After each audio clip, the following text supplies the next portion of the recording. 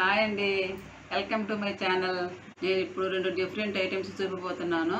అదేంటంటే lemon juice powder అండి ఒకటి, రెండోది అండి ఆమ్చూరి పౌడర్ ఎలా చేయాలో చూపించబోతున్నాను. చూడండి. ఇప్పుడు మనం లెమన్ జ్యూస్ పౌడర్ ఎలా చేయాలో చూడండి. 1 గ్లాసు లెమన్ జ్యూస్కి 3 గ్లాసులు పంచదార వేయాలండి.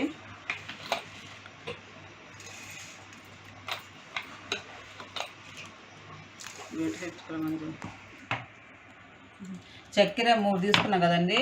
నిమ్మరసం 1 గ్లాస్ తీసుకోవాలి. ఇట్లా పోసేసుకొని బాగా కలిపేసుకోవాలండి. ఇది జాబ్ చేసే వాళ్ళకి కానీ ఎక్కడైనా వెళ్ళే వాళ్ళకి కానీ తీసుకెళ్ళామనుకో గ్లాస్ వాటర్లో 1 గ్లాస్ 1 స్పూను రసం పొడి వేసుకొని తాగొచ్చండి. చాలా మంచిది. మన నిమ్మకాయలతో పని లేకుండా నిమ్మకాయలు చీప్గా ఉన్నప్పుడు ఇలా చేసి పెట్టుకోవచ్చండి. చాలా బాగుంటుంది. ఇంతేనండి. ఇది ఇలా కలిపేసి ఫ్యాన్ గాలికి ఒక 5 డేస్ కానీ పెట్టారంటే బాగా పొడి కలిపోతుంది. అంతండి. ఇలా వస్తుందండి. దీన్ని ఎండకు పెట్టకూడదు. మామూలుగా ఫ్యాన్ గాలికి ఒక 5 డేస్ కానీ పెట్టిందంటే బాగా పొడి గారిపోద్ది. చాలా యూజ్ అవుతుంది. ఏదైనా మనం అర్జెంటుగా ఎక్కడైనా వచ్చామనుకోండి, నీరసంగా ఉందనుకుంటే 1 స్పూన్ పొడి వేసుకొని కలుపుకొని తాగితే బాగుంటుంది. నిమ్మకాయలు చీప్గా ఉన్నప్పుడు ఇట్లా చేసుకుంటే నిల్వ ఉంచుకోవచ్చు అండి. ఎక్కువ చేసి పెట్టుకొని అండి. అది ఇలా ఎండలో నీడన ఫ్యాన్ గాలి పెట్టిన తర్వాత బాగా ఇట్లా పొడిగా వస్తుందండి. దాన్ని మనం మిక్సీ పట్టుకుంటే ఇలా వస్తుంది. దీన్ని గాజు సీసాలో కానీ ప్లాస్టిక్ డబ్బాలో కానీ నిల్వ ఉంచుకుంటే చాలా రోజులు నిల్వ ఉంటుందండి. ఏదన్నా మనకు అవసరమైనప్పుడు అప్పటికప్పుడు కావాలనుకుంటే 1 గ్లాస్ వాటర్లో 1 స్పూన్ పొడి వేసుకొని కలుపుకొని తాగొచ్చు. ఇది చాలా ఉపయోగం అండి మనకి. ఈ విధంగా డబ్బాలో స్టోర్ చేసి పెట్టుకొని చాలా రోజులు నిల్వ ఉంటుంది. ఇప్పుడు నెక్స్ట్ ఐటమ్ అండి ఆమ్చూరి పొడి చేయబోతున్నాను. అది ఎలా చేయాలో చూస్తారండి.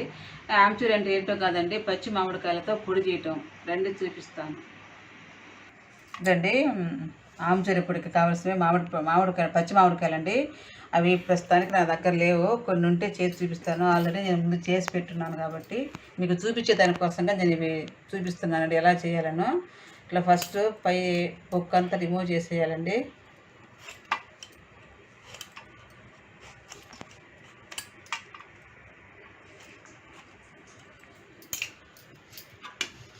ఇలా పై పొక్కు అంతా రిమూవ్ చేసిన తర్వాత ఇలా సిప్స్ చేసుకుంటారు కదండి. ఇట్లా ఉర్లగడ్డ సిప్స్ చేసుకునేదాంతో ఇలా మనం సిప్స్ లాగా తరుక్కోవాలండి.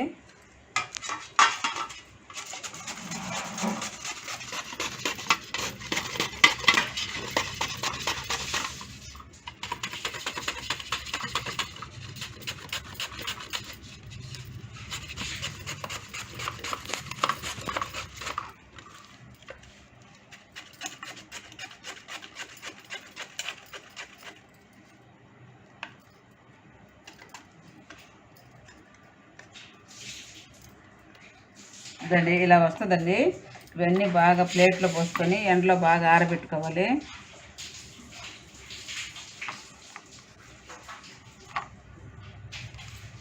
ఇట్లా ఉల్లగడ్డ చిప్స్ లాగా చేసుకొని ఇవి బాగా ఎండలో కానీ ఆరబెట్టుకొని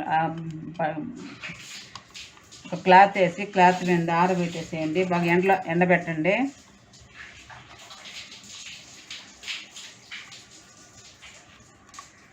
త్రీ 4 డేస్ కానీ బాగా ఎండలో కానీ బాగా ఎండబెట్టాలండి వీటిని. ఇలా అవి ఎండితే ఇలా వచ్చేస్తాయి. ఇట్లా వస్తాయండి. ఇట్లా వచ్చిన తర్వాత మనం అవి ఎండలో ఉన్న వెంటనే మనం వీటిని మిక్సీ పట్టుకోవాలండి. లేకపోతే తెల్లవారి పట్టుకుందామని కానీ ఆపారంటే మళ్ళీ ఇట్లా మెత్తగా పోతాయి. ఎండలో పెట్టిన తర్వాత ఎండలో నుంచి తీసి వెంటనే మిక్సీ పట్టేయాలండి. ఇవి ఇట్లా కూడా కొన్ని ఉండించుకోవచ్చు. మనం కూరలేకి, కర్రీస్లేకి, పప్పులేకి, పులుసులేకి అట్లా వేసుకోవచ్చండి. కొన్ని ఇలా ఉండించుకోవచ్చు. ఇట్లా వస్తాయండి. బాగా తెల్లగా బాగా వడియాల్లాగా వస్తాయండి. బాగా పలచగా వస్తున్నాయి కాబట్టి 2 రోజులు 3 రోజులకు బాగా ఎండిపోయి ఇట్లా వడియాల్లాగా బాగా వస్తాయి. అవి ఎండిన టైంలోనే ఎండలో నుంచే తీసి మిక్సీ. ఇవి బాగా క్రిస్పీగా ఉంటాయండి ఎండలో పెడితేనే. ఇప్పుడు కొంచెం ఆరినాయి కాబట్టి కొంచెం మెత్తగా పడి